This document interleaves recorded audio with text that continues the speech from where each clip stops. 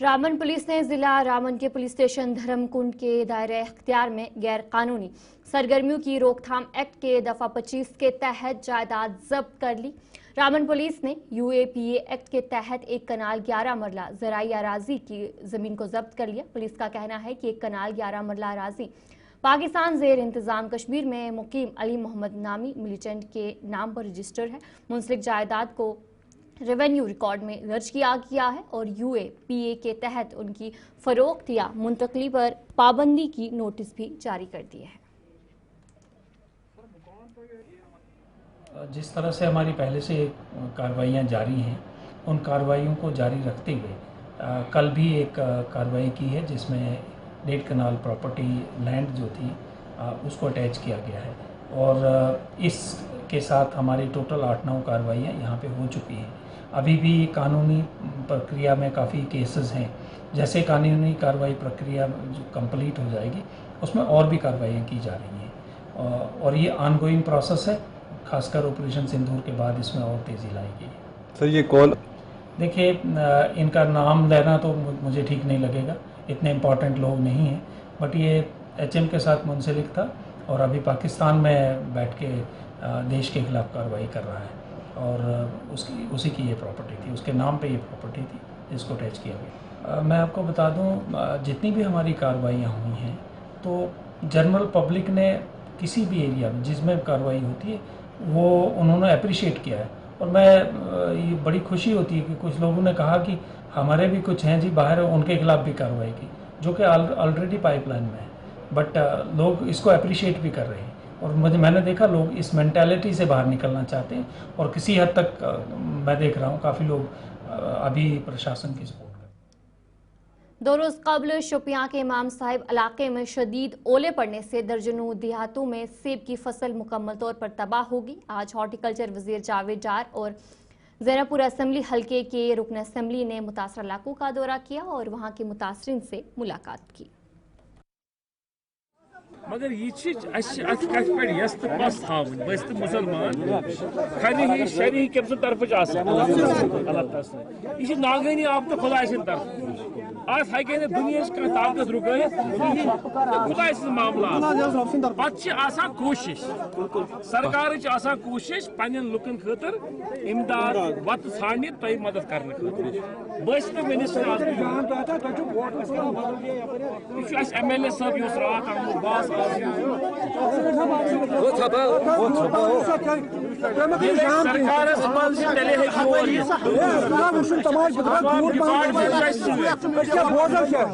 Horticulture agriculture planning marketing department कर पन्ने तय तकमीन क्या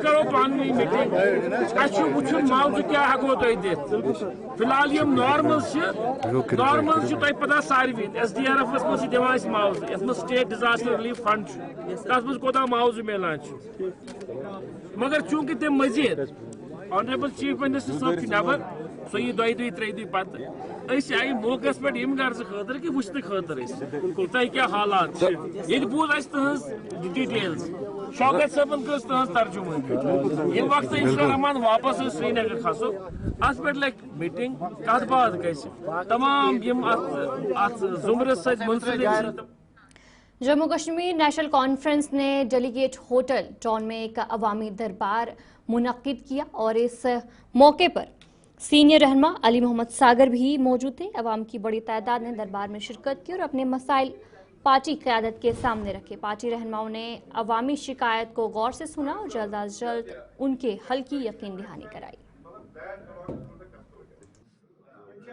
ताकि वो जवाबदेही का एलिमेंट जो है वो कायम रहे। इसलिए हमने आपने देखा होगा कि जिस किसी शहरी को या महल्ले के रहने वाले को या हल्के के रहने वाले को कोई शिकायतें हमने कंसर्न अफसर को मौके पर ही कहा कि आप ये देखिए और अफसर हज़ार कॉपरेट कर रहे हैं, ऐसी बात नहीं है।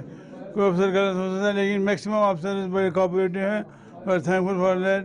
और उमर साहब ने इनको हिदायत दी है कि आवाम से जो मसला जुड़ता है उसमें कोई ताख़ीर मत करो, अगर कोई ताख़ीर करे उसके खिलाफ कार्रवाई की जाएगी। और लोगों को मैं अपील करता हूँ कि वो हमारे नोट्स में वो बताएं अगर कोई अफसर रिपीटेडली कंटिन्यूसली इसमें रुकावट डालता है आप बताएं, क्योंकि यहाँ कुछ लोग एक कन्फ्रंटेशन करना चाहते हैं, हम नहीं उनमें हैं। हम तो चाहते हैं कि मसले हो लोगों के, क्योंकि लोग हमारे हैं, लोगों ने हमें चुना है।